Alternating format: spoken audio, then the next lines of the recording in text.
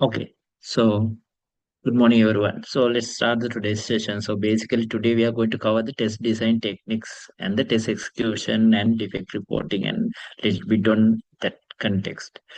I think last week we discussed what why we need to have the testing, what is called assurance, what's the importance of it, and how we are going to uh, identify the test cases, what kind of test cases are available, testing types, basically, what the kind of testing types are available, how we are going to decide which testing type is required to perform for any application, and basically risk-based testing concepts as well. So those are the areas we covered last week. So let's look at test design side of it today. Okay. So basically, we looked at what is test case, what is design techniques, and different type of categories, and different black book techniques, and so on, right? And effects, and so many other areas. Okay. So, so do you have idea what is test case is? So, test case is a one of key main word that we will be using in software testing or software quality assurance. So, and one of key activity. So, So basically, test case is so if you are going to test some application or if you are going to validate some application or software, so we just can't validate without having a test case.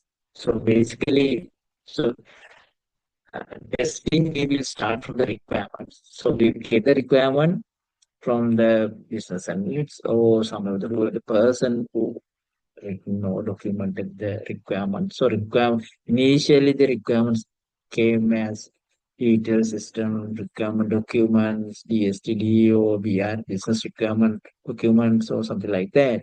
But now with the agile, we will get the epics and user stories. Right?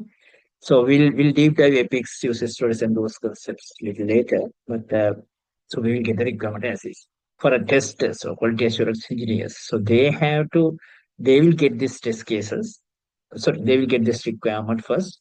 So the format they have been used in this whatever the project we involved in. So then we have to use and understand, read and understand about this requirement. So then once we understand the requirement, we have to write based on the requirements. We have to write the test cases. That means we have to identify the say first thing is what we need to do is we have to identify the scenarios or we need to identify the basically functionalities or what we need to test in this specific application or specific software. Basically, it will be by looking at the requirement, we need to identify which scenarios or which context or which areas we have to test in specific application. That activity has to be performed without even looking at the application, right? So without looking at the application, we have to look at the requirement and need to identify what we need to test.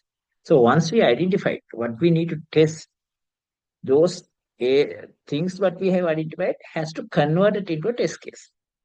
So test case will be the key item that we will use to validate the application. So writing test case is a one of fundamental requirement for a tester or test engineer. First, to write the test case, he need to identify the test cases.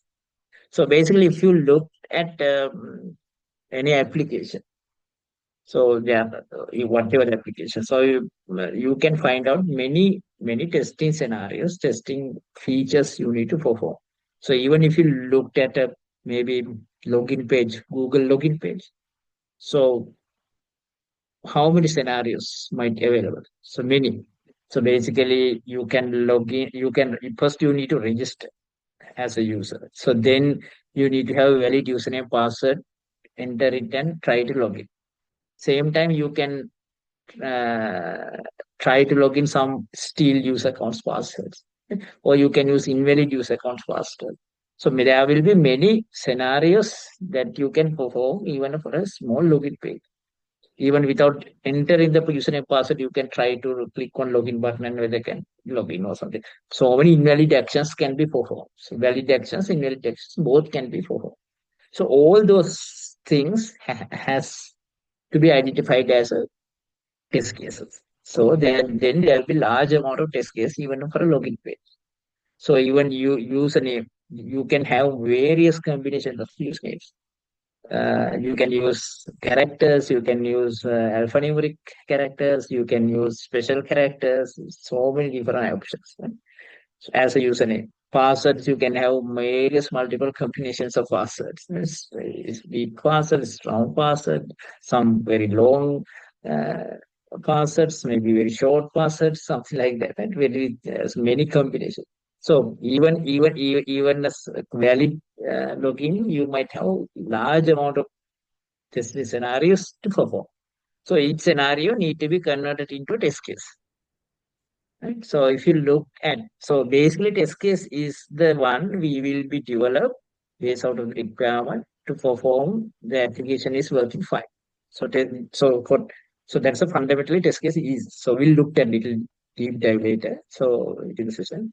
So basically test case is something we will use to test the application. So we have to do basically we have to document it. So probably we can use Word or Excel or different templates. Very different organization has different templates, but most of the time the templates will be common. The content of the template will be common because it is guided by IEEE standards. So because of that, whatever the organization, even it's Microsoft or it's in Google, even it's a small organization in Sri Lanka, everybody will use same content, whatever the format they going to use, because it's guided by the IEEE standards. Okay. So basically, test case is set of facts. That basically it is set of it contains set of activities, set of actions we are going to perform, and set of criteria we are going to validate, and so on. So we'll deep dive a bit further later. So the question is why we need to test case? Why need to have test case? Because if we don't have a test case, so we can't make sure what we have tested, right? So if you are just looking at the requirement and you are going to do the testing based on your gut feeling or based on your understanding, you will be ended up with testing whatever you want, but you might not. But next day, think you executed various scenarios based on your understanding. But tomorrow, when comes, you might not remember what you have really executed. So you might not be able to clearly track what you have done. So think if you have executed and you reported many defects and then you need to retest those defects next day, then you might not remember what are the test cases you executed because you haven't documented, you haven't properly developed it. So that will be, and same time, these test cases you might have to execute in multiple cycles, multiple releases, very many times, right? So because of that, you need to have documented and clearly maintained it. And when you are and somebody is questioning you whether what you have been tested or whether you have been covered all the requirements. If you haven't documented, you won't be able to show them. So if you have documented it, then you can show them that all the requirement given by the BA has been covered out with my test cases. So everything is covered. Coverage is perfect. So that if you are going to show those values, so you need to have documented. So because of that, you have to write the test cases to make sure you are clearly what you are testing is correct, and same time tracking and making sure coverage is correct, making sure you have the repeatability, reusability, all those things are available. And if in case if you want to run, definitely you need to run multiple cycles. So then you need to have documented and readily available. So that's why we need test case. So unless without having test cases, anybody can test application. So there's no hard fast rule to have test case. But in software quality engineering, we decide we all agreed we need to document test cases before execute. So that's a fundamental activity we have to perform. So all the testing types that we discussed last week. So we discussed how to identify test cases. So based on our understanding, so based on the risk-based testing concepts or whatever the technique we are going to use, we can identify different type of um, uh, testing types. Right? So and those testing types, each testing types you should have test cases. So next step is once you identify all these testing types as a strategy, every test type should have set of test cases you have written based on the requirement. So that's how it will be mapped. and then you will be executed and you will be maintain the status on these test cases and you will track. So basically, test case is essential, and without having test cases, you won't be able to do anything because what we are going to do will not be scientific on that point of onwards, right? So we discuss about the scientific testing first of the first day itself, right? So we have to be very scientific. So unless what we are going to do might be not scientific and might be ended up with a lot of failures, those failures will ended up with we discussed right very first day, producing these major defects in production and maybe in entire world might get collapse in some point, right? So that's one of challenge. When it comes to test cases, so there are mainly two different type of test cases. So one we call positive and the other one is called negative. So if you looked at the login page scenario I mentioned, Google, if you looked at Google Gmail login page, so we have to provide username, password, and click on login button. So basically you have to, so if you are going to test this login page, you have to give correct username, correct password, and click on login button. And these correct usernames, you have to give various combinations, different type of characters, different type of lengths, different type of formats, different type of languages. So because some people use different languages for that countries, right? Everybody might not use English, and all these combinations you have to do. So all these test cases we call positive. So it's a happy path of the application. Whether you can log to your email, that we call happy path, right? Happy path means positive side. So we are going to make sure you know your username password, and by using those username passwords, we are going to log and see whether you can log into the application, log into the Gmail. But same time, so if you are not going to use correct username passwords, you should not, the application should not allow to log in. So that's also fundamental requirement. Right? So in a login page, it's a one of mend. So then you have to test, in addition to this positive or happy path, you have to test negatives. So negative means you have to give incorrect username. Incorrect usernames also you can give it in various types of incorrect username. Right? So then you have to give the incorrect passwords, the correct username, but incorrect passwords. So these will be different combinations you can provide. All these test cases we will consider as a negative.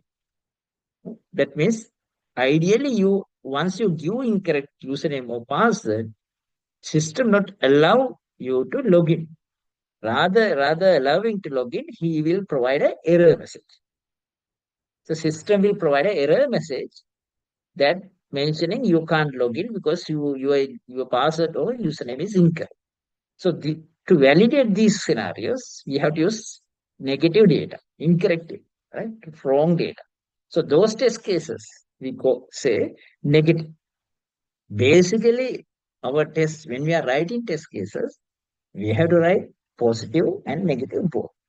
So we just can't test happy path because happy path is mandatory. You must test it, but happy path always will work. Most of the time, happy path is working. But when you are testing negative paths, negative cases, there will be certain scenarios that you might able to crack it. That means defects, the bugs. So some of the users, if you try to use some of the different user names, even if not valid, might get locked. Or if you are going to use some of tools to generate passwords and trying to log in, you might be able to log in for incorrect username passwords also. If that is happening, that's a bug that cannot be executed scenario. So these are the more critical things. Most of the time, these negative scenarios will contain bugs, defects, because developer might not consider developing his code, writing his code. He might not consider most of the negative scenarios. Because of that, there will be many bugs we usually find in negative cases. Because of that, we need to write negative test cases so mandatory. We can't go with only positive. And sometimes even when people are using the application, so people, the end users, sometimes they purposefully try to hack their systems, giving incorrect data, giving incorrect scenarios, and try to hack it. Sometimes mistakenly we will do that. Sometimes mistakenly we will type wrong password, wrong messages, wrong languages. So because of that, both might happen. Sometimes people, end users, software users, mistakenly do these scenarios, or sometimes purposefully they will do to the hack the system. So whatever the scenario happen, we need to make sure our application is working fine. Nobody can break it. So that means we have to have these negative test cases has been written and tested. So basically, these two test case types are very essential. So any given condition. So this is very important point. So basically, if we are going to write a test case, so this is a sample standard template. So you can use Excel or Word to develop use this kind of template. So basically, test case consists of these key factors. First thing is every test case should have ID. Test case will identify it by a ID.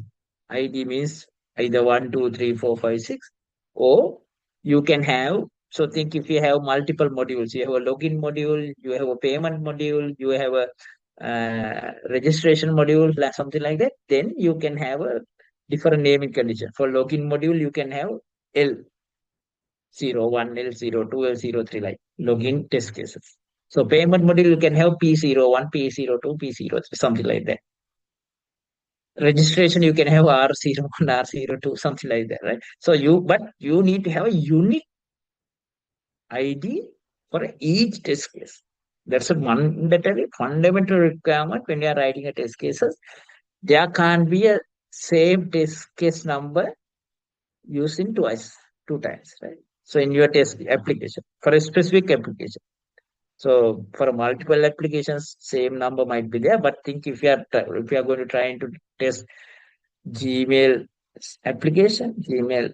So then for all the requirements, you have to have test cases and each test case have a unique ID. That's a mandatory. And that's a very, because by that ID, we are going to manage all the test cases and track them. The first column will be, the first item will be the test objective. So we have to write an objective. What we are going to test. Basically, objective is if it's a login page, you can say I am going to validate the login functionality of login Gmail. So something like validating login functionality of Gmail or something like it. Test objective. What is we are going to test? Is you have to mention as a part of test objective. So that is fundamental requirement. So basically you have to write. So then you should have right preconditions. Because if you are going to perform any activity, most of the time there will be preconditions. That means something you have to do prior to login. For a Gmail login, if you look at a Gmail login, what is the prior activity? Before you login, what you need to do? Basically, you need to get a browser, Chrome or Edge or something, and you have to type www.gmail.com and you have to invoke this page. Without doing that part, you can't log in, right? So that is come as a prerequisite or preconditions. You have to do before you perform your activity. So that will be you need to browser is open and type the URL name and enter and get load. You need to get it load. Without until get it load, you can't tell anything. So that comes as a precondition. Every test case there will be a precondition because you won't be able to perform any activity without having doing something prior. So if it is come to login, so we have to give the steps. Steps are the exact steps you are going to perform. So if it is login page, what we are going to perform? Enter username, enter password, click on login button. So those are the three steps. First steps will be enter username. So basically, if I write it here, the first steps is enter username. So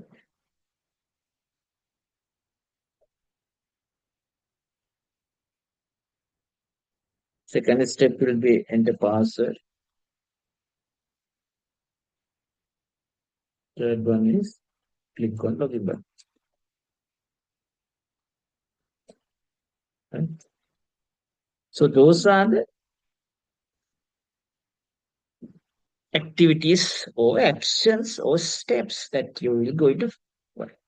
So in addition to that, so there's a small problem. So you have been asked to enter username, enter password, click on login button. These steps you have to document. But there's something miss here. So if somebody asks to enter username, so what we are going to enter?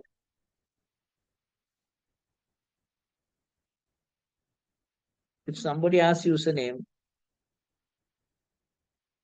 if somebody asks from you to enter username, you can't enter your username, right? So this is a test case, right? So because of that, you username should be given.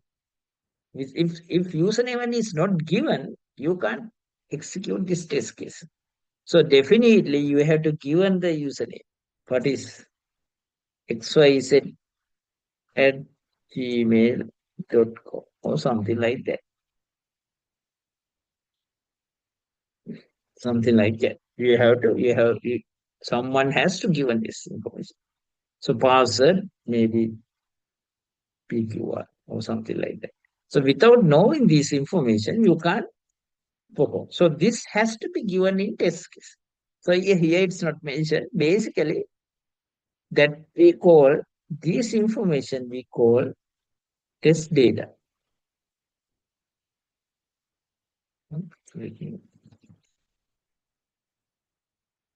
Use the values we are going to use, we call test data.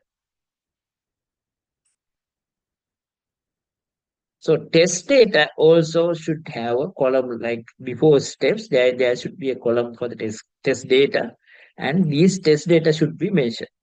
So then you can mention the enter username, enter password, click on login button. Then you know this test data is the one you are going to use. Right? So that's a requirement. Right? So then, so once you perform these steps, what will happen? So if you have given the correct username password, so you could be able to log into the system, right? So then you need to mention this as a expected result. So this is the expected result. User should be able to log in, right? So you have to mention this. User should be able to log in. You have to mention this as a expected result. So the last column is the actual results. So actual result is not something we will write it now. So actual results come when you are executing the test case. So these in each other all the columns we have to fill it. Test ID, objective, preconditions, steps, preconditions, test data, steps, and expected results. You have to fill it. So all these columns should contain test case information. So if you have filled all this information, you can consider it is a test case, right? So if you are writing a negative test case, you have to write the same steps, but you have to given the incorrect username password as a input data, test data or input data. So similarly, you can write so many test cases for even small requirement. The actual results should be kept as blank that you have to fill it when we are executing the test case or when we are running the test case. So that will comes later. So we look at that. So this is basically test case standard template we will use any organization. This is developed based out of IEEE standards. So everybody in the world, this is something we use it, right? Almost something similar to that, any organization, right? So this will be the template. So any questions till now? And do you understand what this this case is and this template? So anything, any questions? Feel free to ask questions. So don't worry and stay silent. So I know it's very rarely people ask the questions, but don't hesitate to ask the questions. Right? Okay. Okay. So we'll move on to the next step.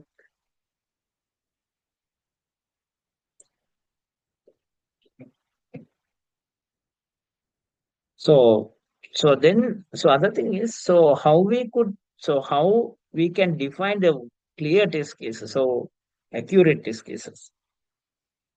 So basically, this information should be very clear, right? So the person who write the test cases is not be the person who is executing. Sometimes someone will write the test cases, and different people will execute those test cases. Because of that, test case should be very clear enough to read and understand, and execution can be performed without getting further clarifications for the person who write this case, right? So because of that, it should have very clear and brief and very clear test steps. So then it need to be very clear the expected results as well, because when we are trying to uh, execute, we should be able to clearly identify, and it should be maintainable. It should be easy to maintain the results, and so all those things should be have, right? So that's basically good test case. So now the problems comes, right? So if you are coming to the login page, right? So even login page, if you try to understand, so there will be large amount of test cases you can write. So even a login page, I think you can write hundreds of test cases, right? Based on the requirement. Because the requirement will be very detailed, right? So even login page, username, they will tell this is the minimum number of width you can use, this is a maximum number of width you can use, this is the different characters you can use for a username, and something like that. And same time a password, this password should be complex enough, and this complexity should come with special characters, numbers, and then there will be various ways of formulating these kind of passwords, and you need to verify this everything is perfectly validated, right? So because of that, so there you can write hundreds of test cases to login page itself. Basically, if you go for a Gmail, login page is a very minor, small requirement, right? But there will be many. If you look at Gmail, there are many functionalities. Even the email writing phase, you can see many functionalities, and there are thousands of functionalities available in a even small email application. In even the login will be the one of minimum lightest requirement, and in such a requirement you can write hundreds of test cases. So if you are going to validate the entire application, so you can write maybe 10,000 or 100,000 test cases to test this application or test all these requirements. I'm pretty sure if you are going to write and validate all the requirements given in this kind of a Gmail or email application, you can end up with writing 100,000 test cases sometimes. So that problem is, so can we do such testing? Will we have the enough people? Will we have the enough budget? Will we have enough time? So to test such number of test cases. So that will be one challenge we have. So obviously we will not have enough time or enough resources or enough money to do that. So hence, testing everything is ideally we need to do that, but something difficult. Ideally, we have to test everything.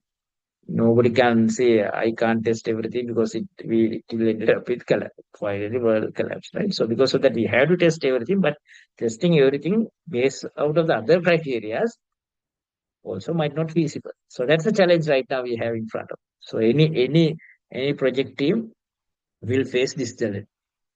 Ideally, has to write all test cases, no excuse, because but if I going to miss some test cases, it might going to be ended up in some other failure. So we can't get that risk. So, but same time, if you are going to write all these test cases and execute, it will take years of time to release a small software, even like email application. So that never going to happen. No, people will not have people or money, or but businessmen will like to invest for a test in such a longer period. So that's a challenge. So how we could overcome such challenge? So do you think is there any way to do that? Any suggestions, any thoughts?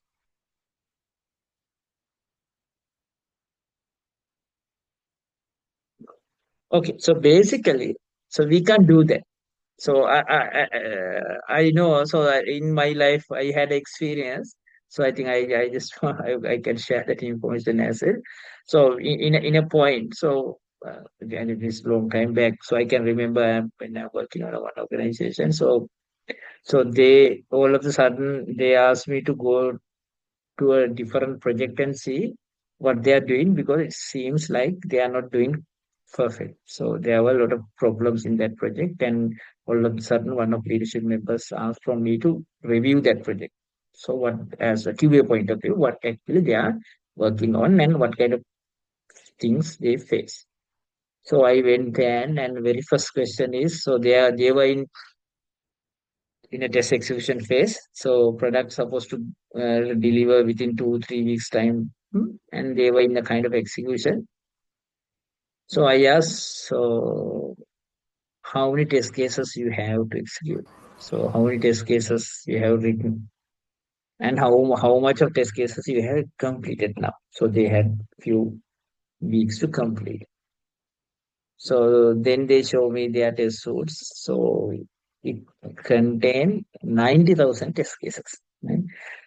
Something I even cannot believe that. So 90,000 of test cases they have written, and they have in so then I asked how many. So they almost complete 2 3 months to complete execution, and then few more weeks to go. So I asked how many completed. I thought now almost every all the test cases has been completed, but unfortunately they have completed only 40% of test execution. So it's a complete failure because they have written 90,000 test cases. Those test cases are valid.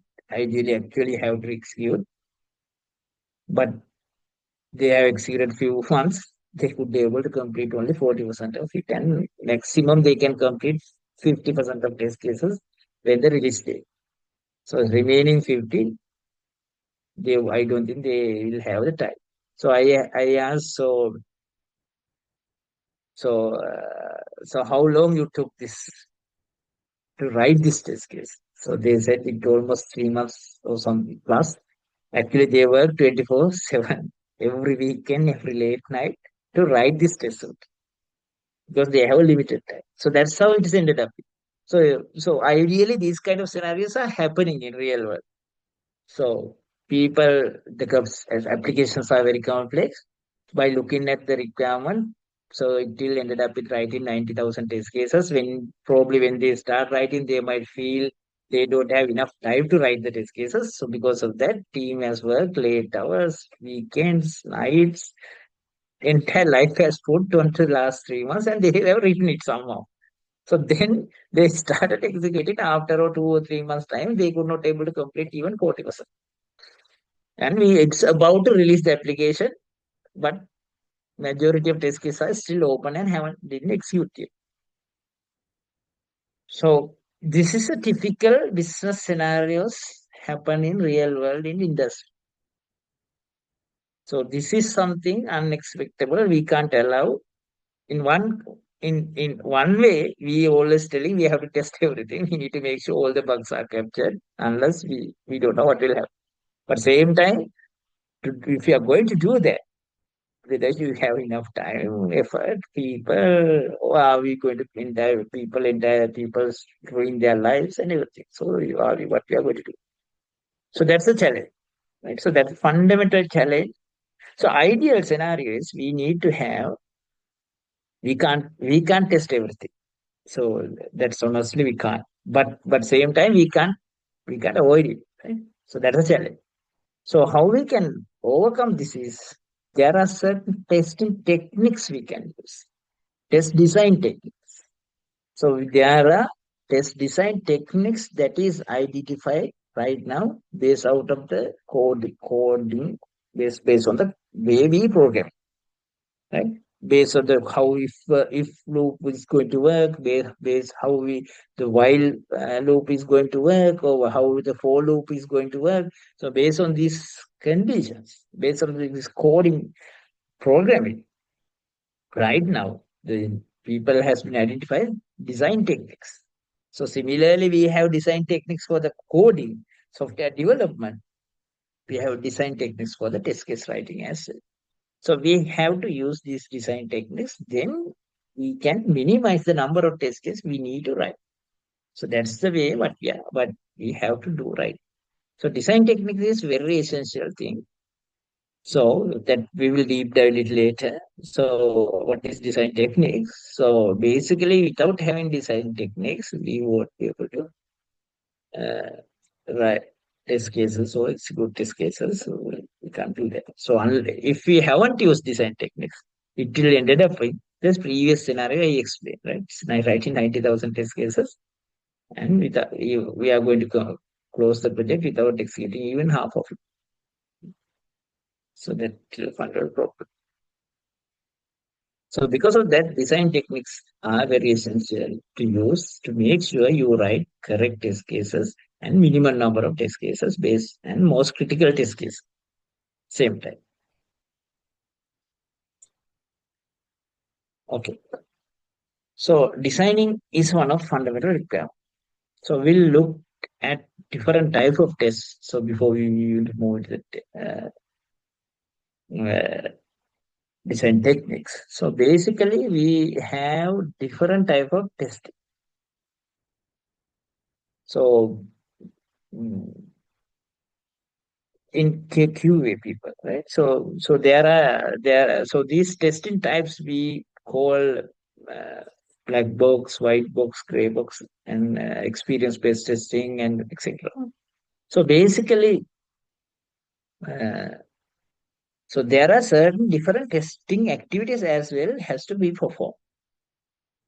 So for developer itself. So if we are a developer, if you are going to write a code, once you write the code, you have to, as a developer, you have to test your code yourself.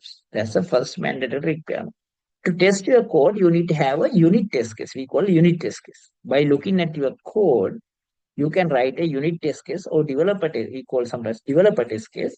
You have to write a developer test case or unit test case, and you have to test it. So those developer test case or unit test case, people mostly will not write by manually or by using the template. So probably they will automate it. So right now we can automate any unit test cases easily, but they have to write unit test case. But unit test cases will write by looking at the code, by going through the code. So think if we are developing a calculator application, right? So calculator application, there will be few features like additions, multiply, divide, something like that, subtract, something like that. So if you are going to test, if you are going to develop, if you are developing a addition function, addition. So you are going to add two variables, two numbers. So then you have to write test cases, unit test cases by looking at your code. How we have written your code. Assign two values to two variables, then you might plus together and get the results out. Probably by looking at that, you have to write a test case. So that these type of test case we call white box test cases. So white box test cases are the test cases who will develop by developers to make sure his code is correct. So that's a mandatory requirement. Any developer has to do that. So there's no excuse for a developer if he has write a single code and each code line he is rewriting has to be tested himself by looking at the code itself. So that since you are looking at the code itself, we call it a white box testing. But when it comes, so before racing to the QA, the developer has to test that. So once he has done this testing, unit testing is completed, they can release it to the quality assurance team or testing team to test separately. So test teams will never look at code. They can't, ideally, they will not give allowed to access to the even code. Theoretically, so they should not have access to the code base. They can't look at even code base. They have to write test cases by looking at the requirement.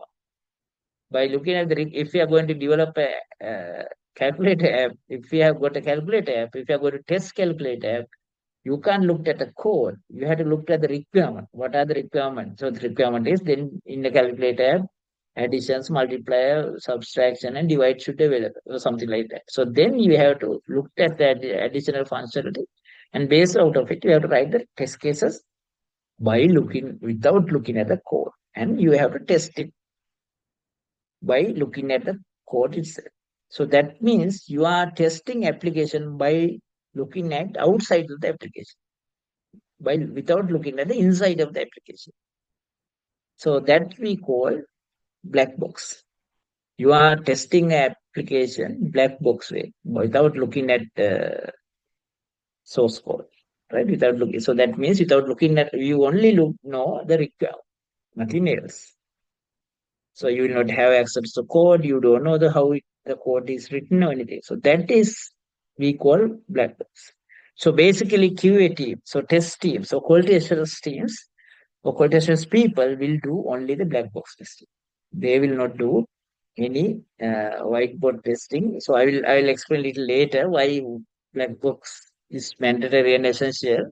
So why they are not doing white box, but it's the requirement. So basically, it's the standard. So QA team will not do any white box testing, and they will not have access to the code as well, and they will do the testing by looking at the requirement. So that we call black box. But some scenarios, so there are some hybrid testing methods that we call gray box. Some scenarios, sometimes some of the code, not the entire code, maybe if you are going to test web services or something like that, sometimes you might not get to know some sort of coding, exposure to some sort of coding. So then such a scenario, if you are doing a testing, we call it a gray box. But it's not completely a white box because you haven't seen entire code, but some of the code lines you might have to see, because unless you won't be able to test it, there will be scenarios, such scenario like that as well here and there. So such case we say it's a gray box testing, but it's also a part of black box testing, right? And experience based testing.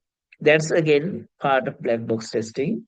Though we mentioned experience based testing is a different item, so it's again a different black box testing type. Experience based testing is based on your experience. So you are going to validate an application. Think you are a so you have a banking application to test. So then there should be a banking expert. So banking domain expert. He will know end to end about the banking domain and how banks works and knowledge. So such a person could do the experience based testing. So those testings we call experience based testing techniques. So, but all these are part of black box testing. So black books basically, as I mentioned, so you have to enter the inputs to the application and you will get the output, but you don't know in the code. Right? You don't have any idea about the code. So white box is you know the code. By looking at the code, you pass the input as a parameters to your program and you will get the output as output of the program, but you know it's code and you can debug the code lines and see if there's a problem. Right? So gray box is what included. So exploratory testing is basically you should have very thorough understanding about the domain and you explore the application, learn it and analyze it and do the designing and execution. So it's a complex format of black box testing. Basically, those are the different testing types available, right? Okay. Uh, in the, in the, so then, so basically, as a QA, so quality assurance, so we will do the black box testing. Right? Rest of all come as a part of black box testing. We will not do the white box testing. So so even black box testing, so we need to have a right test case, right? And the problem what we discussed previously is we can't writing thousands of test cases for a even small application because we don't have enough time to execute. Right? So because of that, we need to have minimum number of test cases available. For them, we will be using techniques, right? Design techniques. So basically, There are many design techniques. There are many. Uh, these five are the very basic primary set of the design techniques we can use. But there are complex design techniques. We probably will try to learn one or two complex areas as well later. But these five very straightforward, very small, simple design techniques. So one we call equivalence partition. So equivalence partitioning is a one of very straightforward. So if you think if you have a place to validate some if conditions, right? So think if it is a banking application. So if it is a banking application, so you have if condition. So think you are going to deposit money, right? Your interest will depend on your age. So because if your age is below 16, like you are a junior, right? You have a junior account. Your interest rate is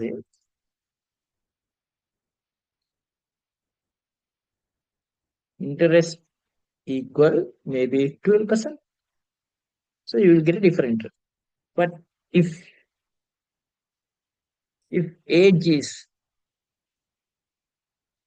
if age is in between 16 to 60, right? Your interest is little low, it may be 8%, right? So this is the bank deficits.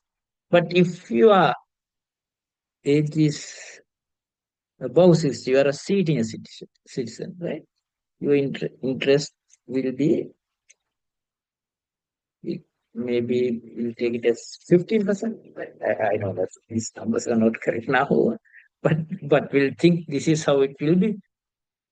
So somebody has written a code for a banking application for a fixed deposit interest calculation.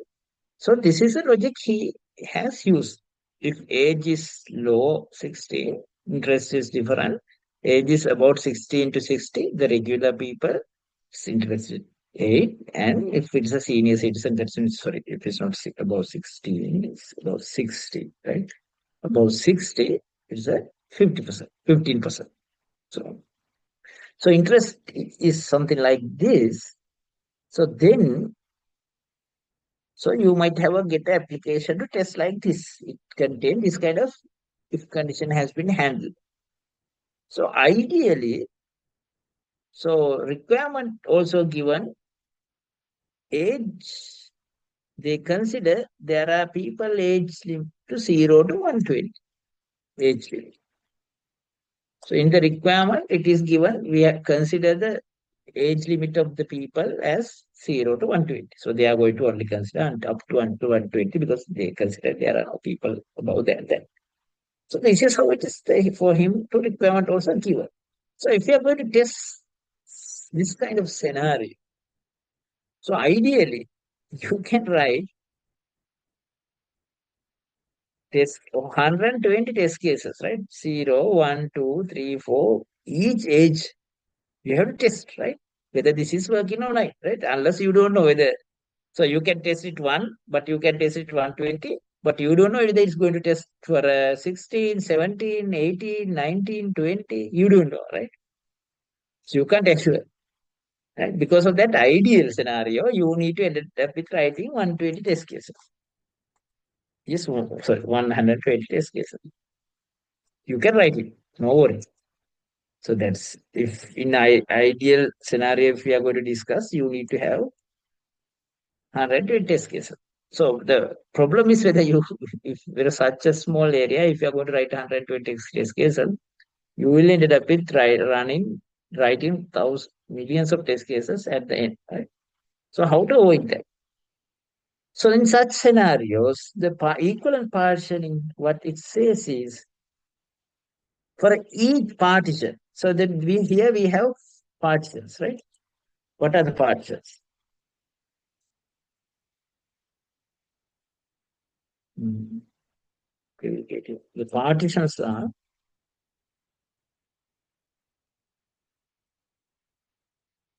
so first one is 0, then 60, 60, 120, right?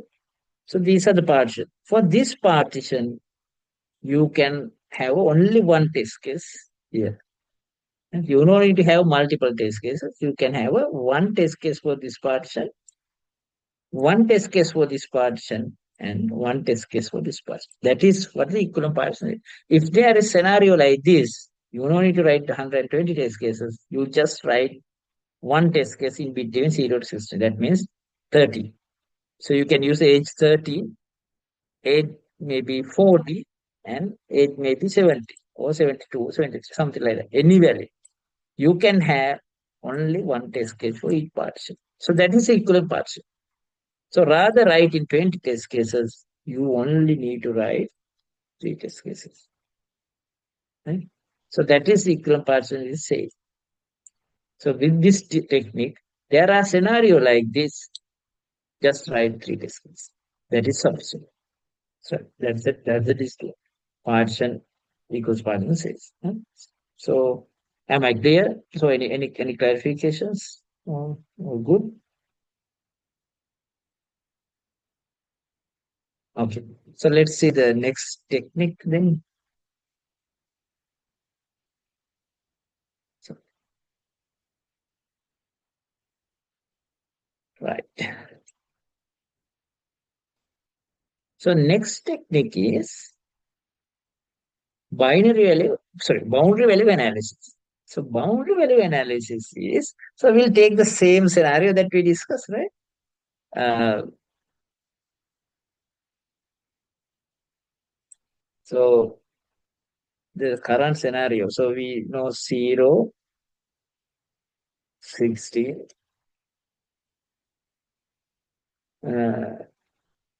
60, 120. So this is the scenario. This is the scenario, right? So we discuss. So same code. So we partitions we mentioned only 3 test cases sufficient, right?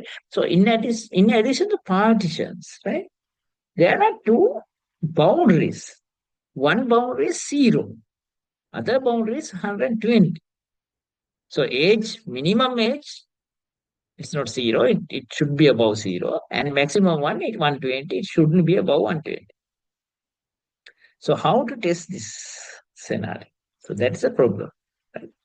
So we have to test this. uh,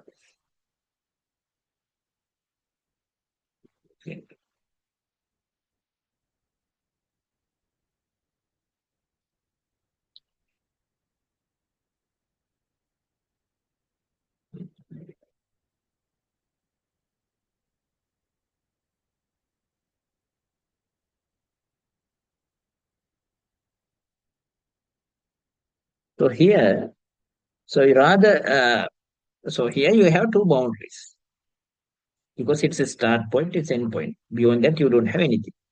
So in such scenarios, right? So you have to write test cases for boundaries as well. So boundary value analysis saying you have to write test cases for boundary. For this boundary, so what are the test cases you have to write? This boundary, what are the test cases you write? So basically what we are telling is n plus 1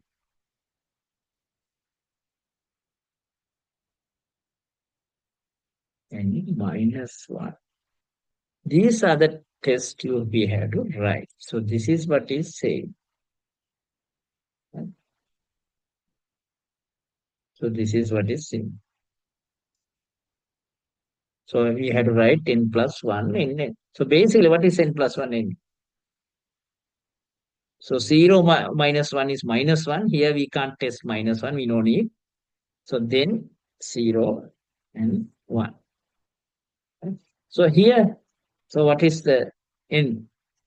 N is 120. Sorry. n is 120, n minus 1 is 199, and 121, n plus 1. So basically, if there is a boundary, what it's saying is you need to test for a boundary conditions. So basically, n plus 1, n minus 1. So basically, minus 1, 1, 1. Minus 1, 0, 1. So here minus 1 is not valid because of that we can't omit it. But above 199, 100, sorry, 100, 101, 190, 120, 121. So this is the test case. You have to write. Basically, how many test cases? 1, 2, 3, 4, 5, 6. Basically, 6 test cases you have to write.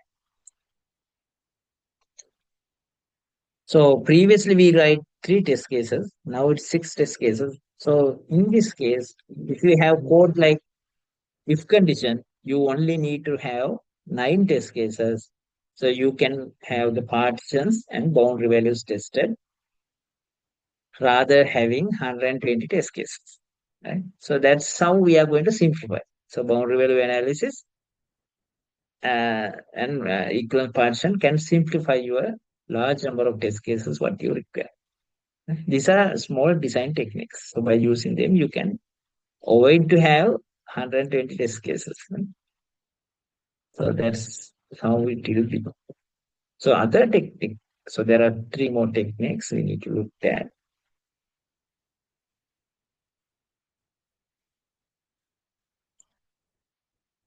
So other technique we call state transition technique. So basically,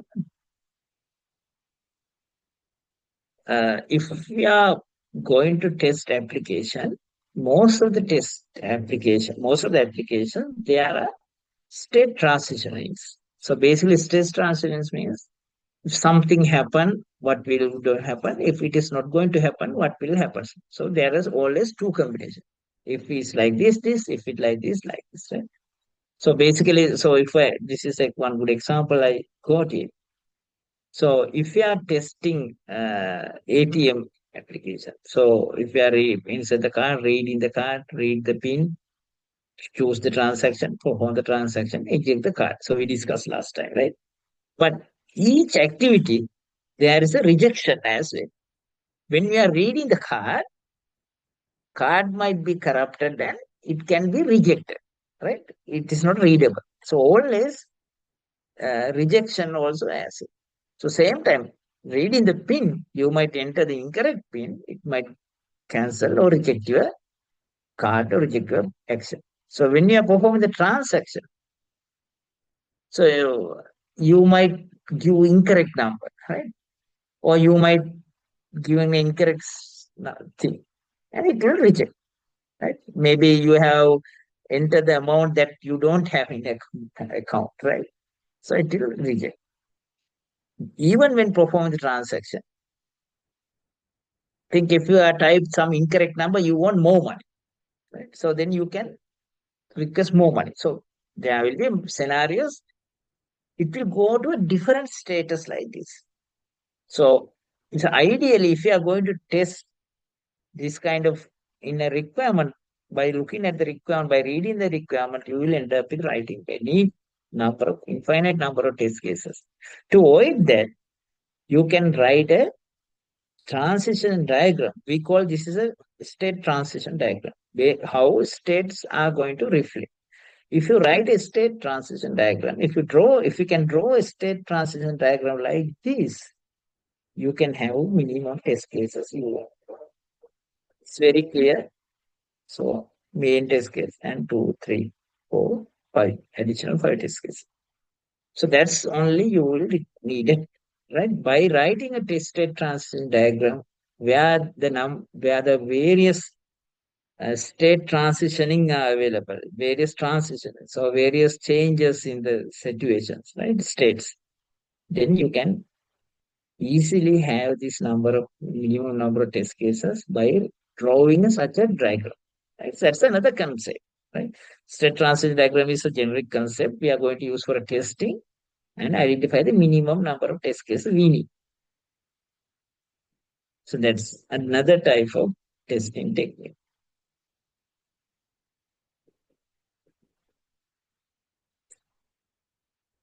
Okay. So the other technique is decision table. So we'll go back to the scenario we discussed about login, right? Google login page. So in usually Google login page, we will give the username, password, and we'll check whether we can log in or not, right? So, but that's a positive. The negative scenario is we can give the incorrect login name, we can give the incorrect password, right? So this is what they have. This is a table there, and this is they have given the correct username, but false password, false password, true username. Sorry, false username, true password, true username, true password. Whether you can log in. So error or login. So this is the basically test cases you have to write, but there will be more because if you enter false password or false username two times, third time your account will be, or if you sorry if you are going, not a false username, false password, if you type false password two times, second time also, if you type third time false password, you will end up with locking your account, right? So there will be such another rules likewise. So we tell rules. For a login, there will be various rules, right? So if you can write a decision table, we call it a decision table. True, false. Each rule we are going to validate whether use a correct username, false password, true username, false password, false username, true password, and true password, true username. And similarly, we can have true username, false password second time, true username, false password third time. With the third time, you are getting locked, right? Multiple rules. So you can have various rules. So for then, rather writing, we have a large number of test cases. If you can develop a decision table like this, you can find out the minimum test case count. So here there will be more rules like this. Based on the rules, you can put in the number of test cases. Number, you can find out the number of test cases. Basically, you can find out the minimum test case you want by writing a decision table. Okay, these are the main testing techniques. So before we move into the last one, so are we good about this? Or any questions so far?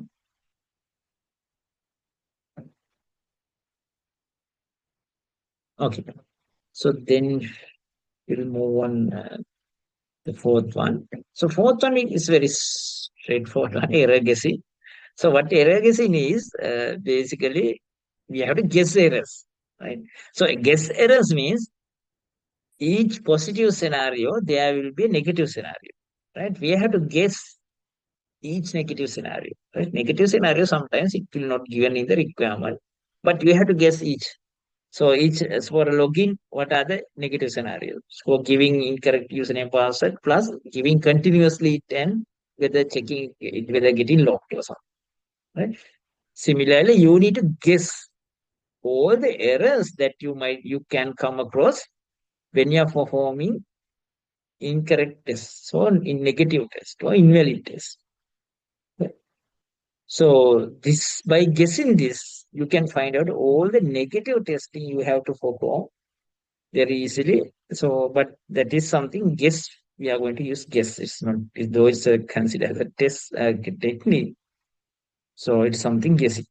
Right? It's very straightforward that based on the experience, it's easily can guess people, but we have to perform this activity as well. So these five testing types, equivalent partition, boundary value, state transition, decision table, and error guessing are the key testing types, test design techniques types we use to write test cases.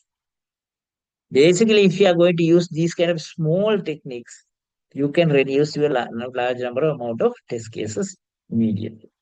But there are many other techniques, so we'll later discuss a little bit on those techniques. So probably I will do a deep dive one or two. So those are little complex techniques. So, but for the moment, at least bare minimum, you have to use these techniques if you are writing test cases for an application.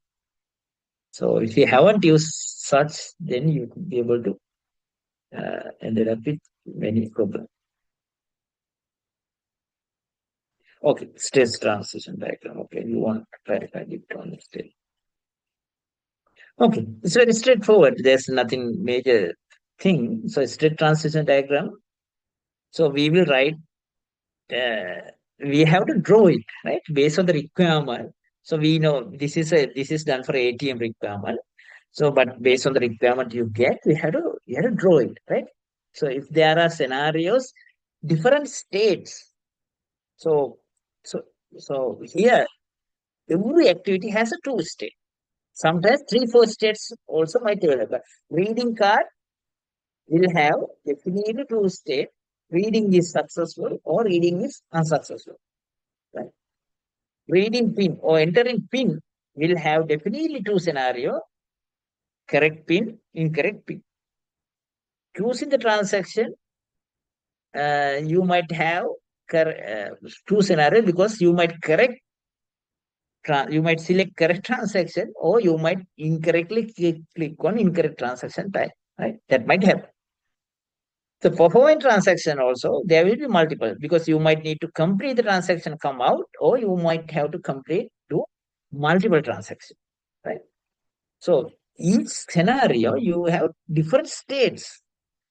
So if you have if you can, so if you have multiple states, then you can write a state transition diagram. So you start reading the card.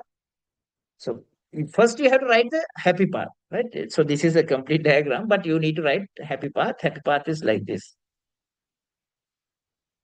So happy path is this is right. This is happy path. Right? So happy path is reading card, reading ping, using transaction for you're done. But each state there will be other state as well. Reading card, card not readable. So then you will have other path. You want to cancel. Sorry, your pin is incorrect, or you want to cancel it, your transaction, go to another one, or you want to repeat multiple transactions. Many transactions comes in there. So then there are scenarios. So then you have to test, other than this happy path, you have to test cancel and come to this. So this is the first test case, first one, happy path.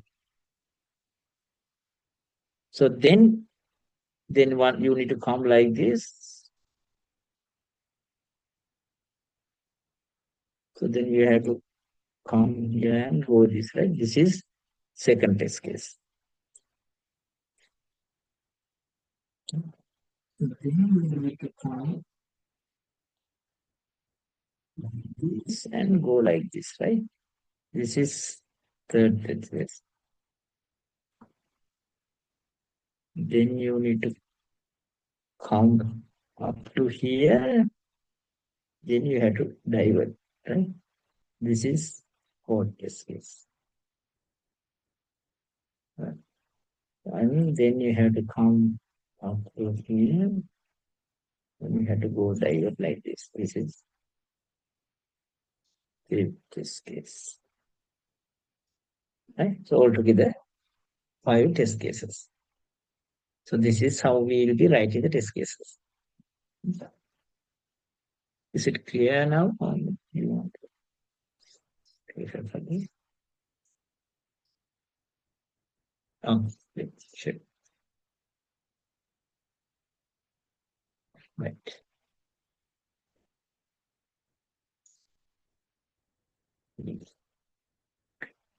So there are few other techniques. So these, other than these 5 techniques, so one is you can use mind map. So mind map is a technique we can graphically represent the requirement. So if you can derive a mind map, you can easily even use these testing types, right? So if you can use a mind map, so if it's a complex requirement, so there most of the time the requirement will not be straightforward. It will be very complex. It's a large. Then rather trying to apply techniques first, you can derive a mind map like this. So once you derive a graphical format of requirement, then you can identify, okay, this subtopic or this sub area, you can use equivalence partition. This you can use boundary value. This you have to use state transition, or this you have to use decision. These areas you have to use error guessing. So you can easily identify, right? So which techniques you have to use to have the minimum number of test cases, but optimum number of test cases same time. The same time, it's not only the minimum and optimum, right? So if you can derive a graphical format of the requirement, then it is easy. So this is a kind of a technique most of the projects people will use because it's easy to understand scenario because after onwards you can easily because it will be uh, deri- uh, divided into a very small requirement, then you can easily make sure your techniques are applied and same time you are making sure you are not missing any requirement as the graphical format of requirement is can make sure you are not missing anything. So that's the value add of the mind map. So mind map is another technique we can use, but with the other all the techniques when it comes to complex or large requirements. Okay, so here we have a small requirement. Okay, we'll see how we are going to do this. The login page, right? So the one we discussed. Right? It's a login page. The requirement is like this. Username is mandatory. Username is mandatory. Username accepts only email. Okay, only email it will accept. Password is mandatory. Password is mandatory. Password can have 8 to 16 characters. Okay, it's giving all requirement here. When user click on login button, user should be able to log into the home page. Once you click on login button, you should go on home page. If wrong credentials are provided, invalid credentials, you are getting error message or invalid credentials. So what we can do? So what are the test cases we can write by considering all these techniques?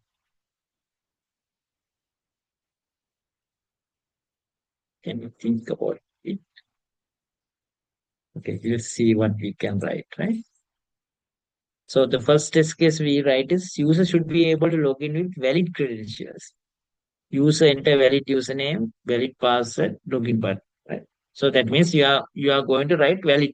So similarly, you can write valid username, valid password, valid username, invalid password, and you can have all these combination.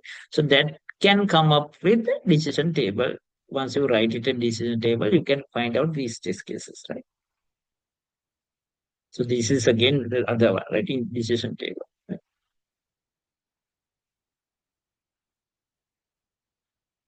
So then, right, this we easily can write a decision table for login. As I mentioned, you can have the correct number of test cases. So there's other requirement. Password can have 80 to 16 characters. So that's what is that? That is uh, partitioning, right? There's a partition. So then you have to have a test case with the username in between 8 to 16 characters, maybe 10, 11, 12, or something like that, right? So that is what we have written here. Length 10, right? So that is the equivalent partition. So then, so they mention another requirement, 8 to 6, there is a boundary. 8 is boundary, 16 is boundary, right? So then you need to have 7, 8, 7, 8, 9 for here, 15, 16, 17 for this boundary, right? That's also required. So here I have it right in sample one, it's a 7. But you have to have 7, 8, 9, and 15, 16, 17. So those are boundary value techniques test cases.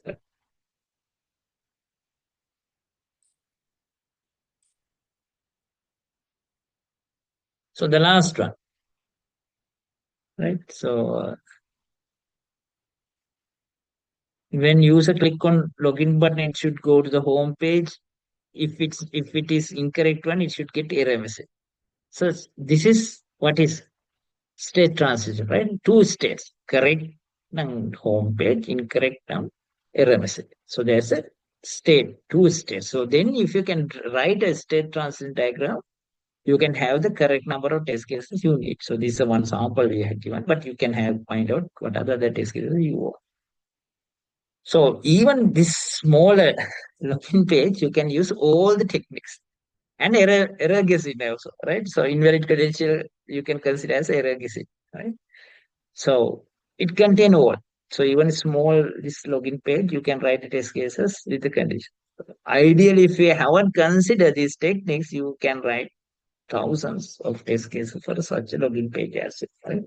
So uh, that's why we need to have test design techniques always. Right? Okay. So I think is this clear for you all? Can Okay, we'll move on. So actually, there's a small exercise. I think I don't want to do it now because we are doing it online, but you can try it out yourself, right? So this is Pick Me app, right? So I think everybody is very familiar. Either it doesn't matter you use a Pick Me or Uber, whatever. But I have given 4 windows.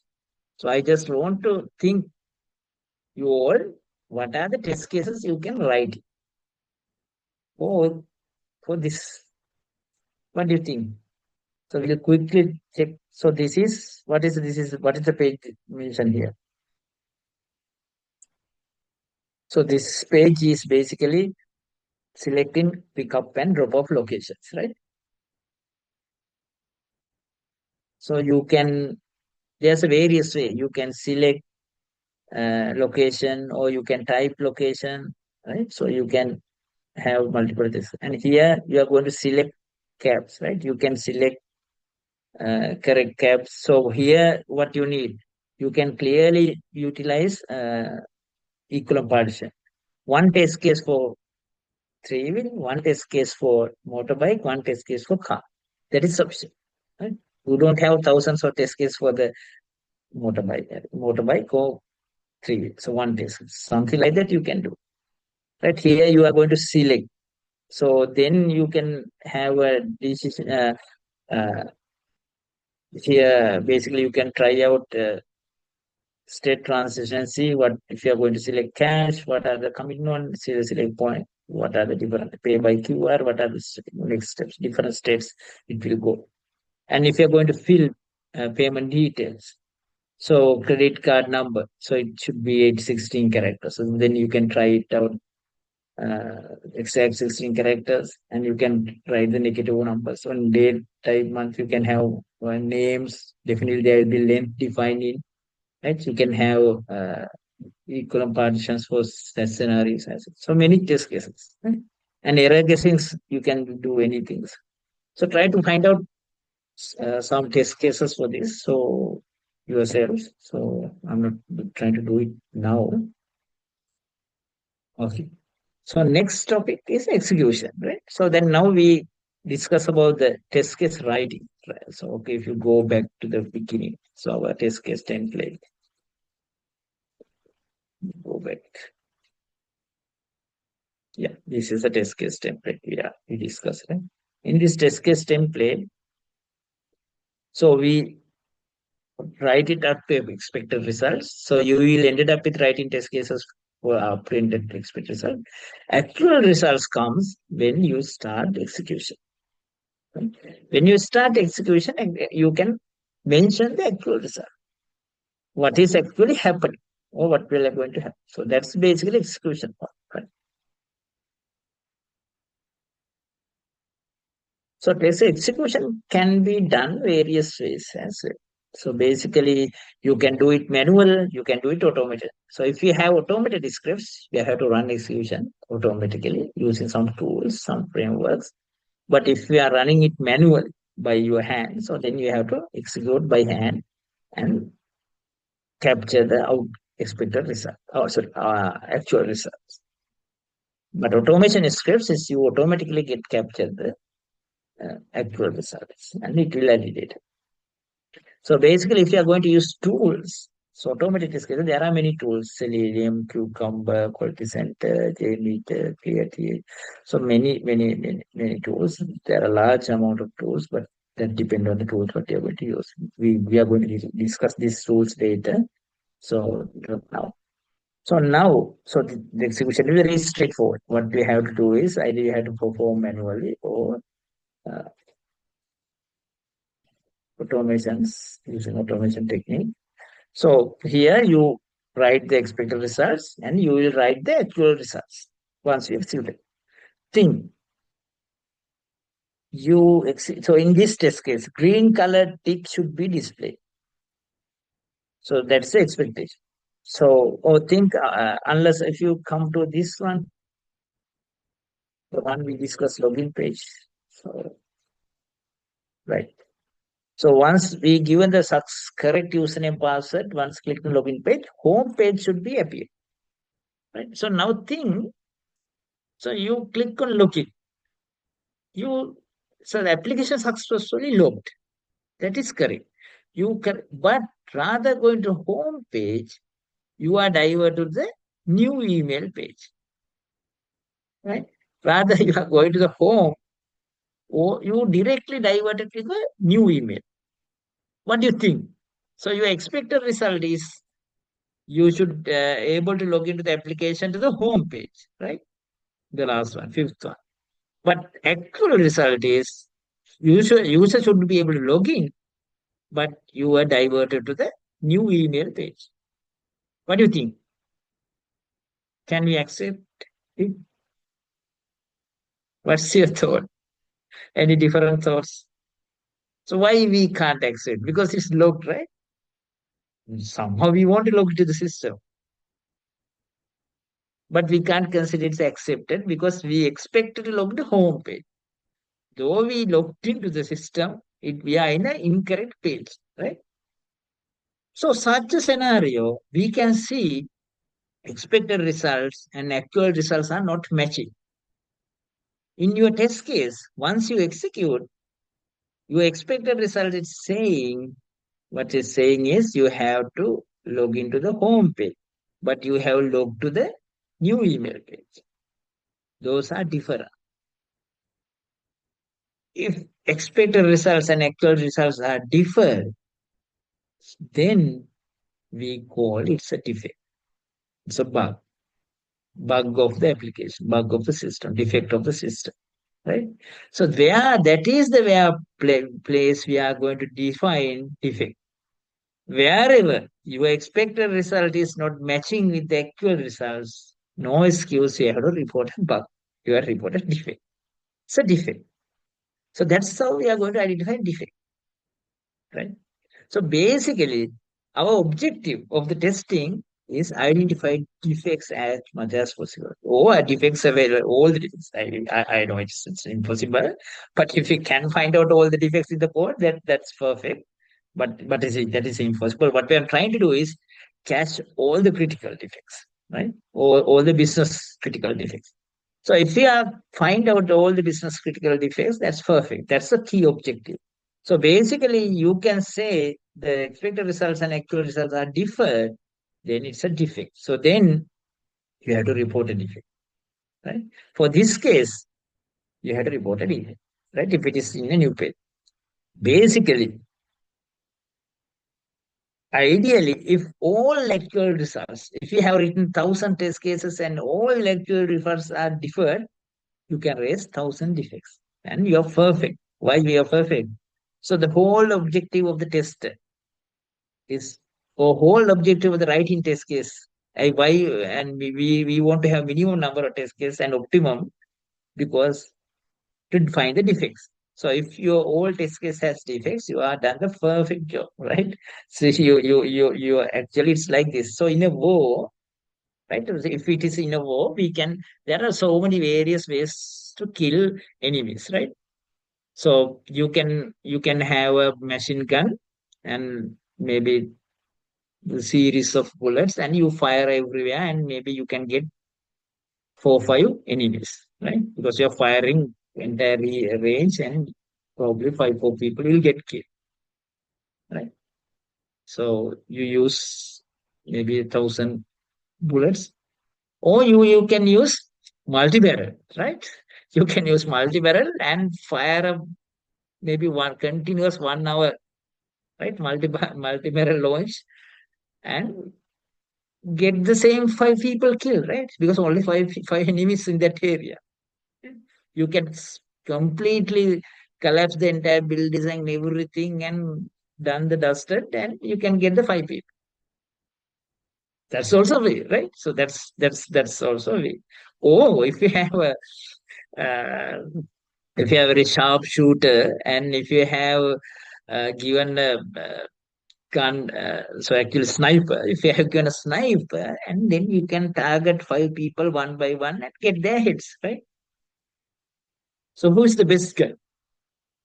The sniper, right? He has only utilized five bullets, five heads. The gun guy, maybe 1,000 bullets, but at five heads. The multi-barrel guy collapsed the entire area, but you got the five.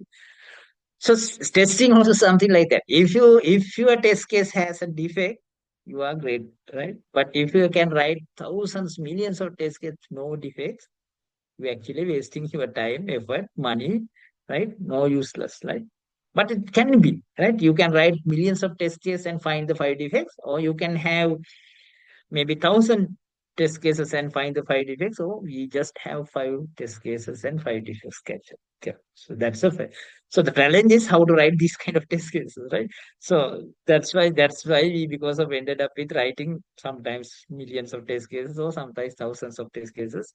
So correctly, if we can use the techniques, ideally you want, right? You can write five test cases and five defects, but you can have at least 100 test cases and identify the five defects, right? So that's the best.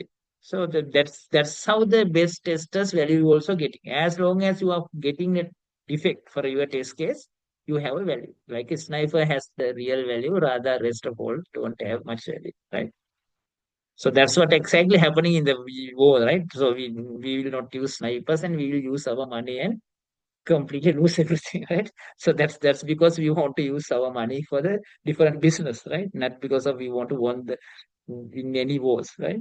So, but in testing, we don't have that much luxury of money. So because of that, we need to have snipers, right? Testers has to be snipers.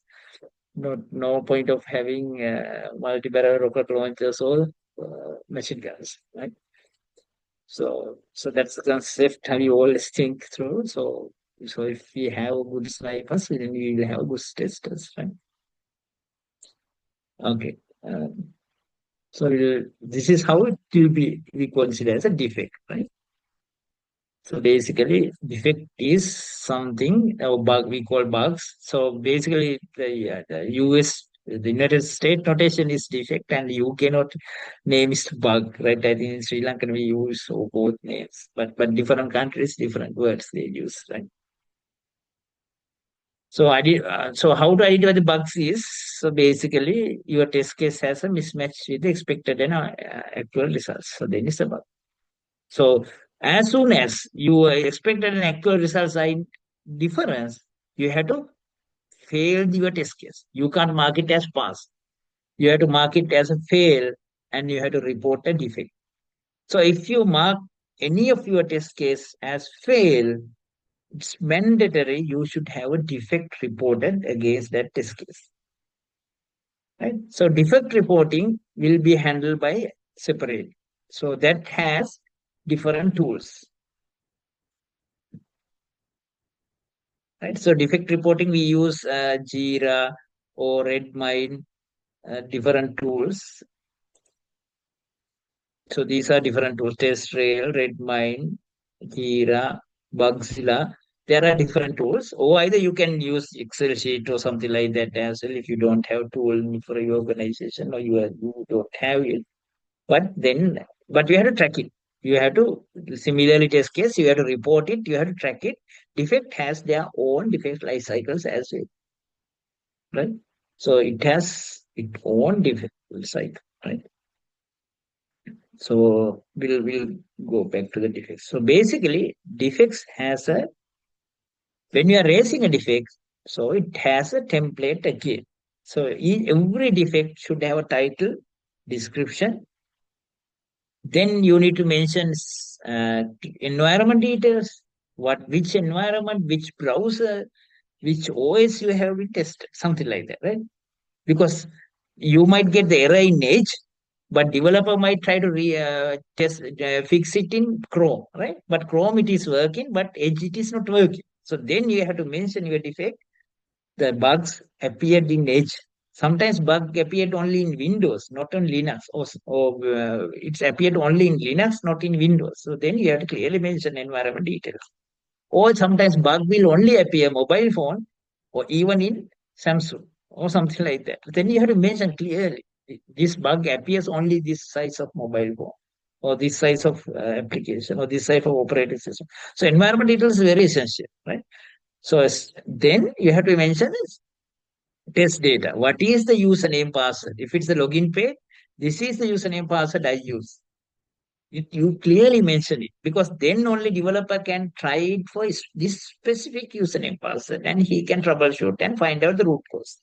Unless he might stay with his own username password, he might reject your defect. Only this is working for my username password. So he can reject like that. If you have mentioned the defect appeared abcd.com gmail.com or defect appeared for abcd.com plus this credentials, right? This password. So then that is essential. So then you have to clearly mention the steps. Similarly, test case, you have to tell you enter this username, you enter your password, you click on login button, it didn't log it, then you double click on login button, then you got the error. The exact steps, right? Sometimes this is happening. First login click again, good thing, right? Nothing will happen, but you then the para click, right? You will try it multiple times. Then it crash, right? So then you need to mention exact steps. You click on, you enter username, you enter password, you click on once, nothing happened. Then you have multiple click, then system got crash. Right? Something like that. You have to tell exact steps. Then you have to mention, I expected to log into the application, but system actual it's got crash. You have to tell that. You have to. So then you have to mention severity and priority. That is very essential one, right? What is severity and what is priority? We'll look at what is severity and what priority. So severity is how critical is your bug, right? So think. So you are trying to log. You enter username password. The same first click on login doesn't work. Then you multiple click on it crash. So that's a disaster, right? You can't log in. Then because of that you can't do anything. Right? Because of that, you can't do anything because entire testing, entire application functionality is blocked. So then we call it a critical or showstopper. Sometimes we say showstopper. Or showstopper or critical are the most critical bugs. We call showstopper, right? So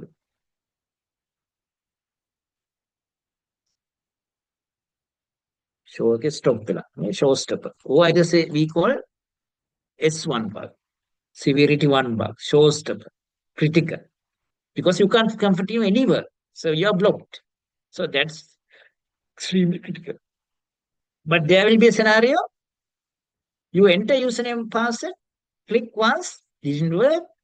You click second time, it didn't work, but you click multiple times, you log in. Right? Now there's a workaround. Right?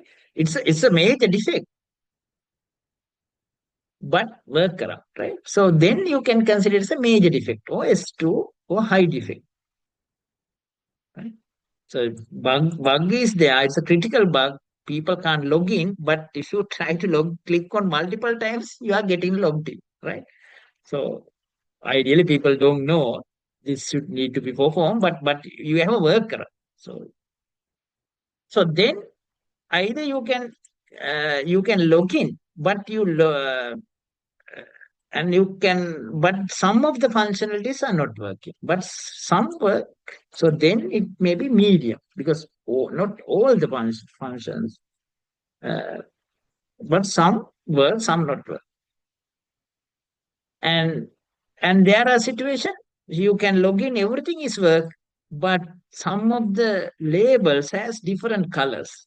So ideally you need to have green color, but it shows as yellow color or something like that, right? So those are we can consider as a low, right? Those are severity based on the impact. So you if you can't log in, it's getting crashed, then it's a disaster, it shows up immediately you need a fix. So it's critical. So but you have a workaround, it's high. If you have majority of functionality working, but here and there it's not working. There's medium, everything is working, but colors are not as expected, right? So then we can as a cosmetic box, right? It's not bad, right? But it's still working, but you need to get fixed. Criticality is severity is low. So other one is priority.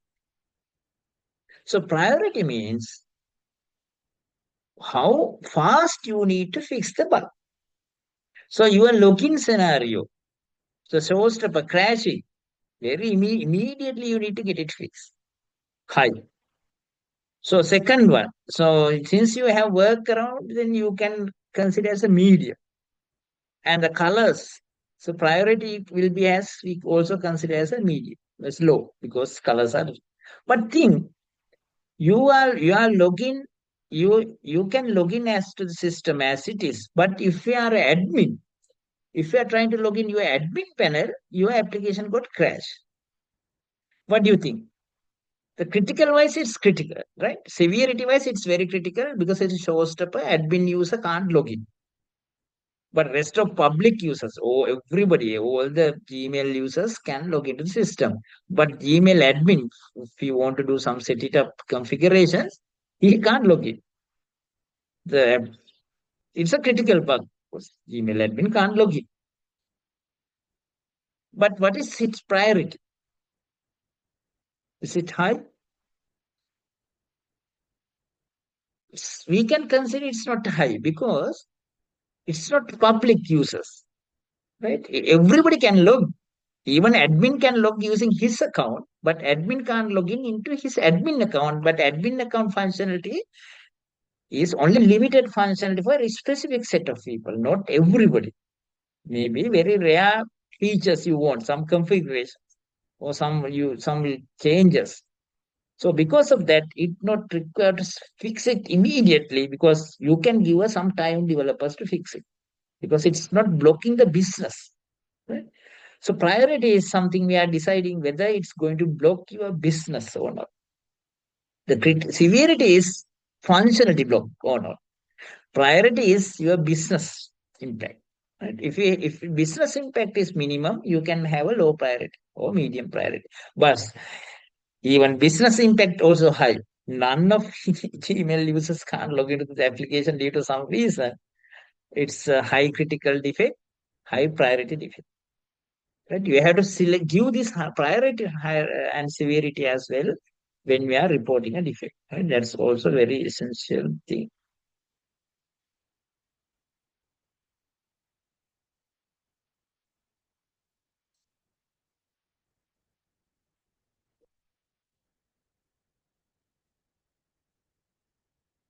Okay. So when you are reporting defects, so one other interesting thing is you need to attach all the server logs, system logs of this FTP because developer has to troubleshoot, right? He has to have the exact logs, the logs containing the some of the errors, some of the activities you perform. So screenshots, sometimes screenshots also required. Sometimes, especially logs, even if you can record your steps as a video, that is good. Because sometimes some of the minor steps you are performing, you might not get caught. And but developer might identify that. Right?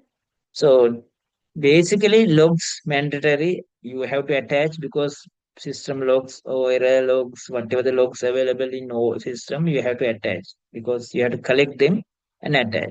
And screenshots, videos, also positive things, better to attach. All those things are required if you are reporting a bug, right? Defect. So this is sample defect report. I just take it from some of the application. So you have to have a description, it's a priority, so it's a defect, So you can see defects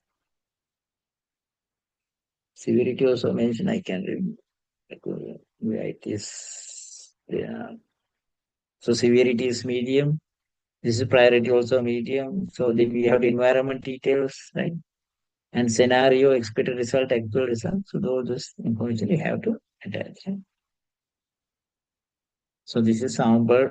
This is how it be reported in Jira, right? But whatever the template you can use, but you should have all this information. Right? So once you report a defect, defect has its own life cycle. As soon as you report, it's became a new defect.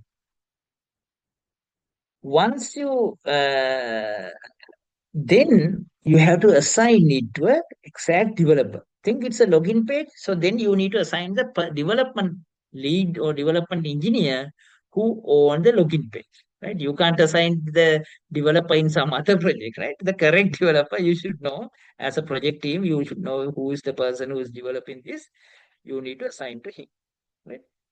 Once he assign, it will be considered as an open defect. Uh, so then developer has to do the root cause analysis. He had to do a root cause analysis and check whether defect is valid. Sometimes defect might duplicate. There will be another defect already raised by some other engineer. Then he will duplicate and reject. Or sometimes this test not valid. The test case, the tester executed is not valid, no longer valid. Then he will reject. There will be a scenario, this is a valid defect, but they can't fix it current cycle. They are going to fix it in next cycle. So they will defer, they will park for the point. Sometimes the defect, the developer can't reproduce. All these steps what we are given, he is following, he is getting actual results as it is. So then he will reject.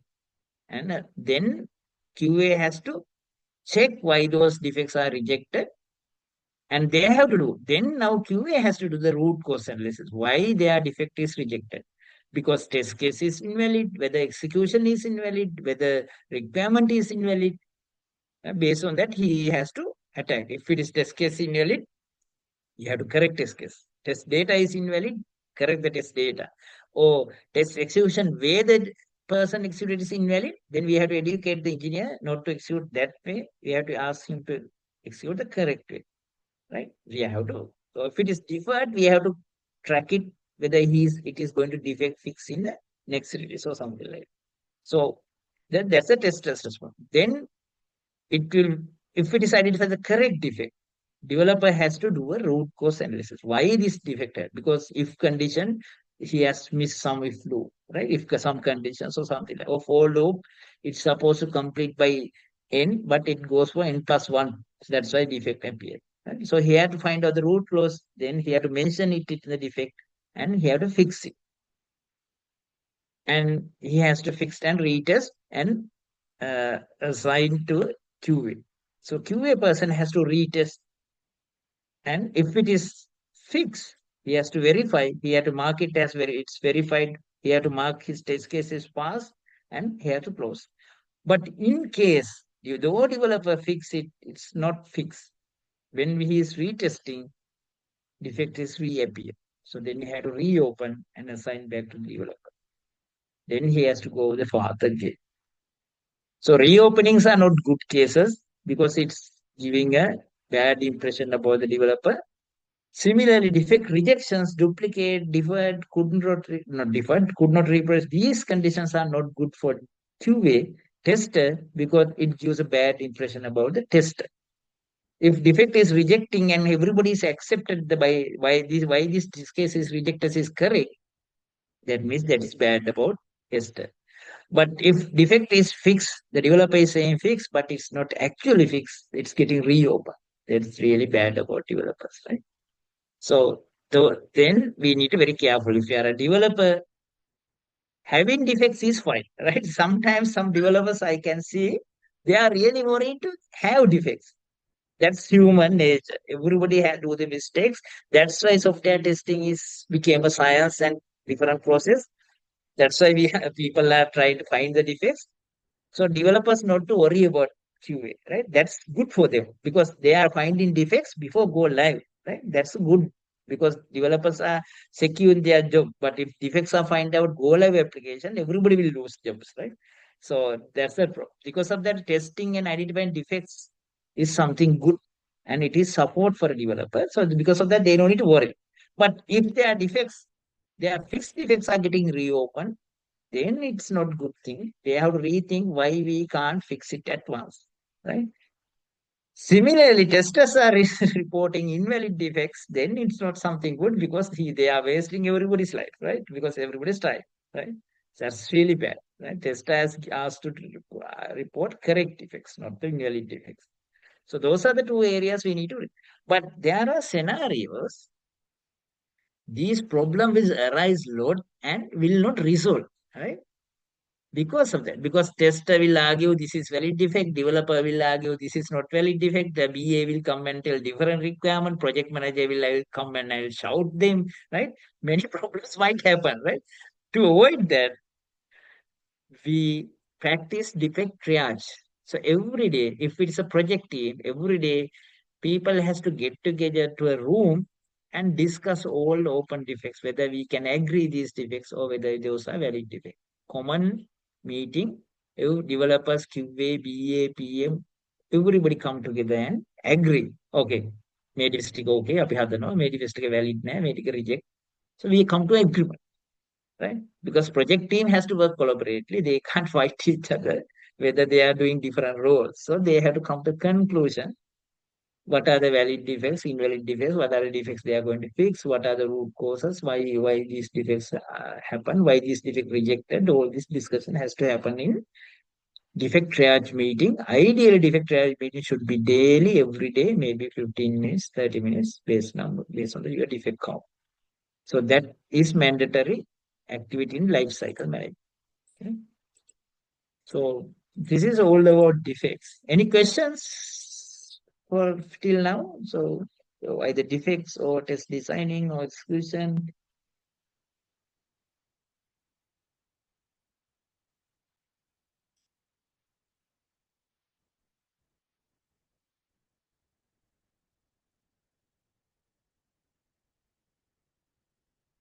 If you have any questions, you can throw your chat or you can ask.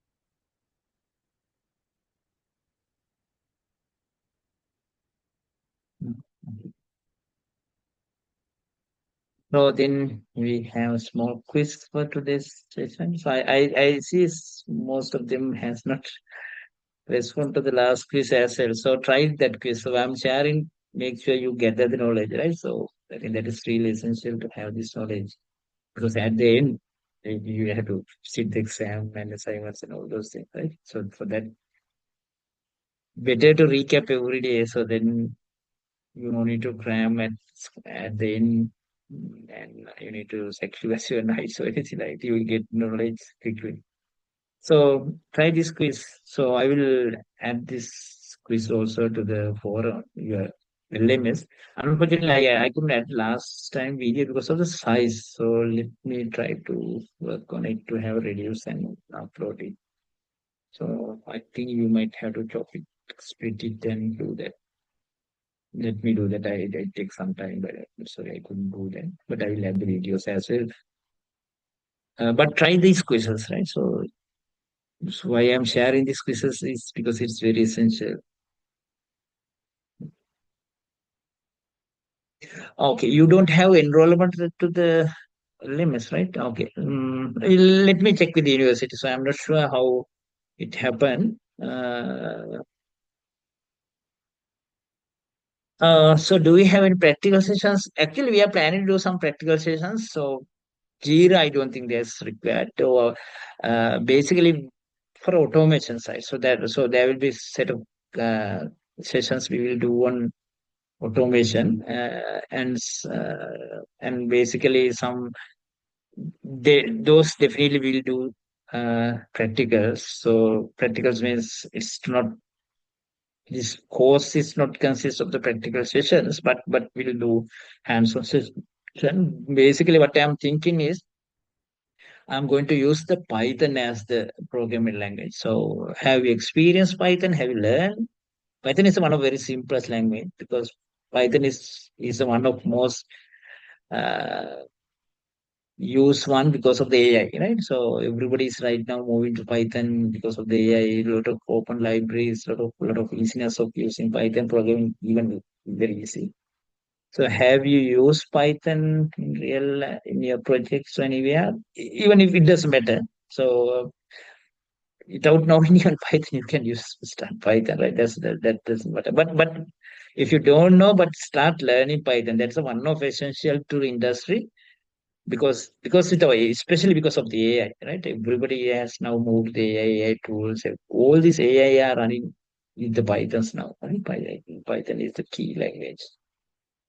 So because of that, I thought of use Python and use some other frameworks, tools. We'll discuss during the tool when we are doing the sessions. Mostly not JMeter or Jira, but we'll see what are the tools. So we'll discuss. And actually, I want to do some exercises on these cases as well. But since we are doing online challenge, but we'll try to do a few more exercises on test management side if you're able to do the sessions physically. But anyway, the practical part of it will be available, especially for the automation side of the course. So I will check the LMS registration with the university. I'm not sure how it's happening. Recordings will share, but the problem is its size is very really large. So I'm trying to split it. It didn't work properly. So let me work on it and share. Okay. Anything? Any questions? Anything? Unless we can wind up today's session.